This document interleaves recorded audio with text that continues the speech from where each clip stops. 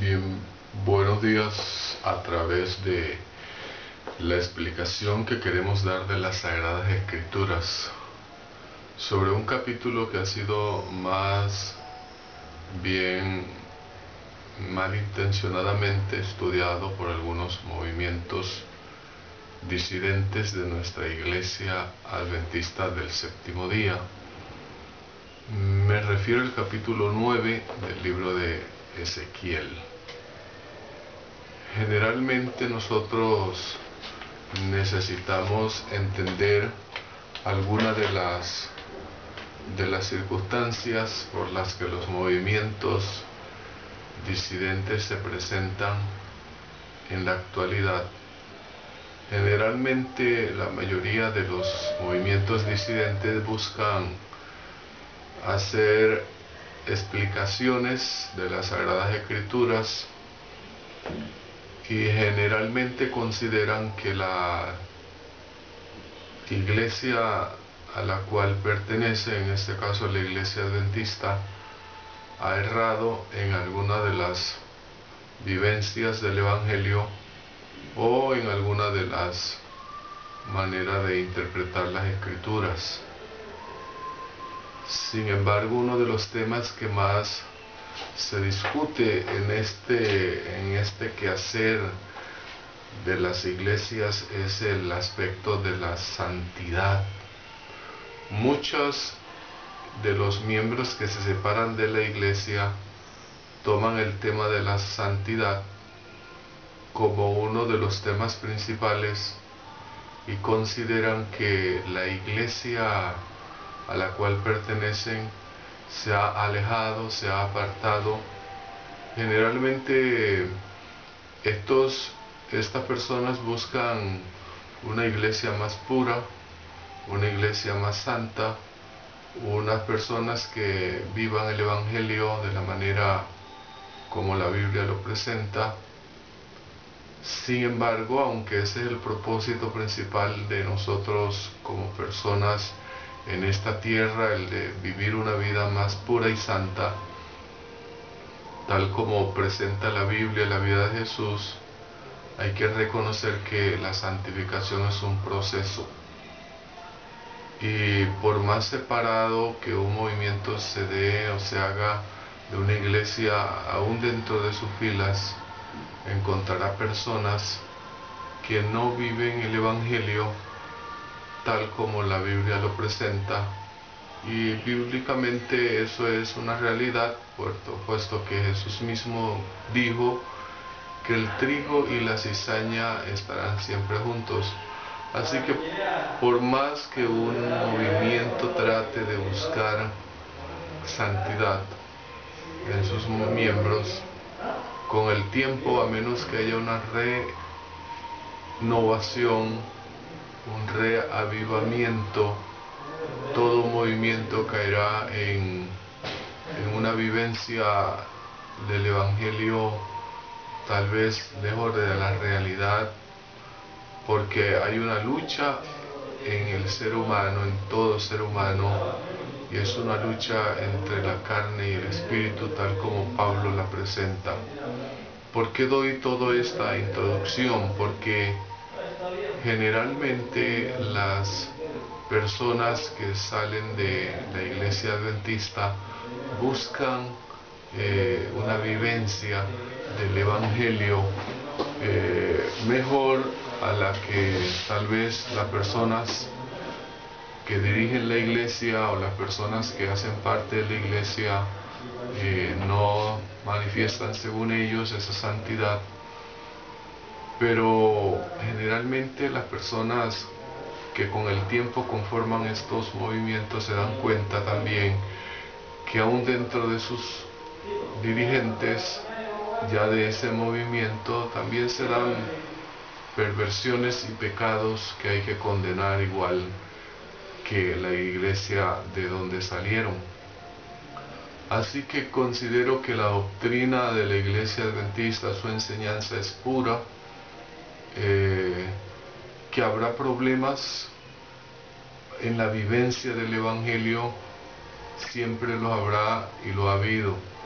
Si uno mira la doctrina pura que Pablo presentó a las iglesias de los Corintios y a todas las iglesias del Asia, sin embargo vamos a ver que muchos de los líderes, aún líderes de las iglesias y miembros de las iglesias, trataron de apartarse y de corromperse al punto que algunas prácticas que se estaban realizando en los hermanos de Corinto era una práctica bastante aberrante, aún con el tema de la sexualidad y otros temas que han sido siempre la tendencia de la naturaleza carnal. Así que separarse por buscar una santidad mayor, en búsqueda de una identidad mejor, a menos que la doctrina de una iglesia haya sido cambiada o tergiversada de las Sagradas Escrituras, habría razón para separarse. Sin embargo, consideramos que la Iglesia Adventista sigue las líneas bíblicas tal como han sido presentadas en las Sagradas Escrituras. El otro aspecto que necesitamos entender para lograr entrar al tema de Ezequiel capítulo 9 es el hecho de cómo estudiamos las Sagradas Escrituras. Generalmente nosotros vamos a la Biblia y interpretamos el texto y hacemos aplicaciones al texto. Olvidamos que hay algunas ciencias que necesitamos entender, conocer, y que muchas veces las personas que hacen estos estudios de las Sagradas Escrituras olvidan, y entonces allí es donde se entra en algunos errores y especulaciones de las Sagradas Escrituras. Hay algunas cosas que debemos entender y diferenciar entre lo que es hacer teología. Cuando nosotros estudiamos las Sagradas Escrituras, generalmente hacemos teología con ella. ¿Qué es la teología? Es hacer una explicación, análisis de un tema de las Sagradas Escrituras. Y la teología debería estar basada, el hacer un análisis, un estudio de un texto, debería estar basada en un estudio profundo y analítico del texto. Y para eso hay una ciencia, hay personas especialistas que han dedicado su vida a hacer un estudio del texto. Y ese estudio de ese texto profundo se llama exégesis. Así que una exégesis es tomar el texto, desmenuzar el texto, mirar la forma en que el texto fue escrito, mayormente en el idioma en que fue escrito el texto. Y luego de hacer el análisis de ese texto, entonces se llegan a ciertas conclusiones, que esas conclusiones son tomadas precisamente por la teología que analiza los temas. Así que hay que diferenciar entre la teología, es el estudio de la Biblia, de la manera como Dios se manifiesta y cómo trata a los seres humanos. Generalmente la teología es todo un proceso que se hace tomando de la exégesis, tomando de la historia, tomando de la literatura, tomando de los diferentes, de la parte sociológica, y todo ese conjunto se llega a hacer un análisis y estudio de ese texto de las Sagradas Escrituras, y mayormente el tema que nos atañe. Así que la teología es un estudio mayormente del todo de las Sagradas Escrituras, pero se concentra en un tema principal.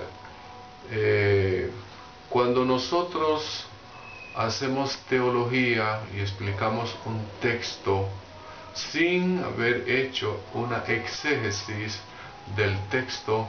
Generalmente a esa teología se le puede llamar una teología desviada, una teología equivocada, una teología que no tiene un fundamento bíblico.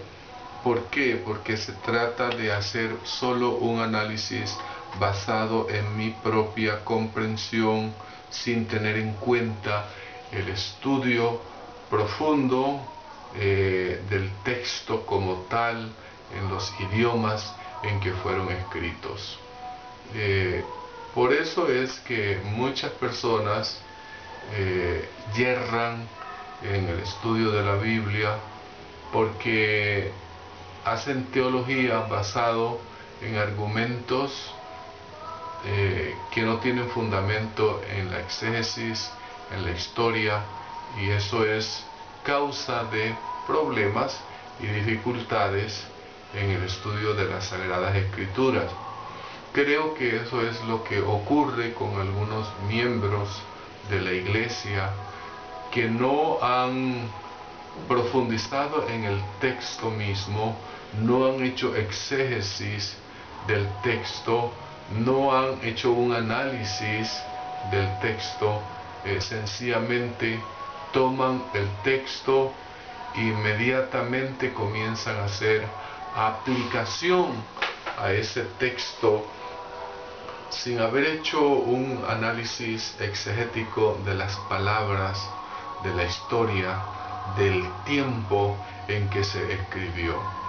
Y creo que entonces lo más terrible es que ahora agarran una cita de los escritos de Elena de White para hacer una afirmación sin haber hecho un estudio y un análisis del texto de la manera del estudio primario del texto. Todo estudio de las Sagradas Escrituras debería llevarnos primeramente al estudio primario del texto.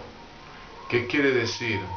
Que cuando yo voy a Ezequiel capítulo 9, debo hacer primero un análisis del texto, a quién fue dirigido.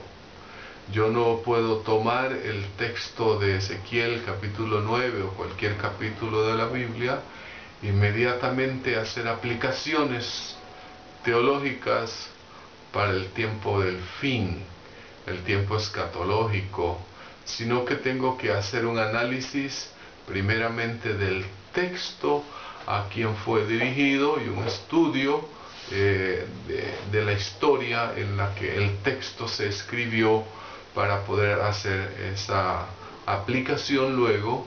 Y precisamente ese trabajo necesitamos hacerlo para poder no equivocarnos en la interpretación de las Sagradas Escrituras. Tomar un texto y hacerle aplicación inmediatamente es una prueba o evidencia de la ignorancia que a veces tenemos de los textos, y generalmente nos gusta hacerlo porque es la manera más fácil de estudiar la Biblia. No me tengo que esforzar, no tengo que luchar para hacer un estudio y un análisis de ese texto. Entonces sencillamente agarro Ezequiel 9 y digo, esto tiene que ver con la iglesia adventista, porque la iglesia adventista se ha apartado de las cosas que Dios dijo supuestamente. Y no entro a hacer el análisis del estudio bíblico del texto y la exégesis que se requiere para luego llegar a las conclusiones teológicas del tema que estamos tratando de hacer. Así que la exégesis me ayuda mucho en la teología, puesto que la exégesis se encarga del texto como tal. La exégesis escarba el texto, analiza el texto, desmenuza el texto, busca, escarba, desintegra, busca cómo hacer un estudio más abarcado y profundo de un texto. Después el exégeta llega a ciertas conclusiones de lo que el texto le ha arrojado, y el teólogo agarra el trabajo del exégeta, y entonces lo que trata es de unir una idea aquí y otra allá para poder explicar el tema que se está analizando. Generalmente el tema que aparece en el libro de Ezequiel capítulo 9 es el tema primero ahí aparece el tema del pueblo de Dios, si podríamos decir, o la iglesia de Dios. Hablaríamos de la eclesiología, digamos, aunque en el Nuevo Testamento, en el Antiguo Testamento aparece mayormente el concepto de pueblo de Dios. En el Nuevo Testamento aparece ya el tema de la iglesia. También otro de los temas que ahí aparece en el texto es el tema del sello de Dios, el sellamiento que se está haciendo, el tema del pecado que aparece allí, y la justicia o el juicio de Dios. Entonces necesitamos entender todo este contexto en el que fue escrito el libro de Ezequiel. Y en primer lugar tenemos que hacer un análisis histórico del libro, de la época en que se escribe el libro de Ezequiel. Ezequiel fue escrito por este profeta que lleva su nombre. Ezequiel estaba ¿en qué momento? ¿En dónde estaba Ezequiel? ¿Qué estaba pasando en el mundo? ¿Cuál era la circunstancia histórica? El mundo en ese momento en que Ezequiel escribe hay un problema de poder. Hay dos naciones que se están luchando el poder en el mundo, y es Egipto en el sur de Israel, y en el oeste Babilonia. Ya en el norte había estado una potencia que ha decaído en el momento de Ezequiel, y es la potencia de Asiria. Así que hay que entender esto. Hay tres naciones poderosas, una decadente que es Asiria en el norte de Israel, en el sur está Egipto, y en el este está Babilonia, que está surgiendo como potencia en ese momento. Babilonia como potencia que está tomando el dominio del mundo, llega a Israel, y incursiona sobre Jerusalén, y en ese momento, en el año 605, más o menos antes de nacer Cristo, mire el periodo más o menos, Nabucodonosor invade a Jerusalén, se lleva cautivo muchas personas, miles de personas son llevadas cautivas a Babilonia, y de hecho un recorrido bastante extenso, cerca de más de 1500 kilómetros, este pueblo de Dios es llevado cautivo por una nación pagana, una nación que no teme a Dios y que Dios usa como instrumento para hacer justicia. ¿Qué está pasando en el pueblo de Dios? ¿Por qué ha ocurrido semejante tragedia en este pueblo? Cuando uno analiza la situación del pueblo de Dios en los tiempos de Ezequiel, encontramos una situación bastante interesante.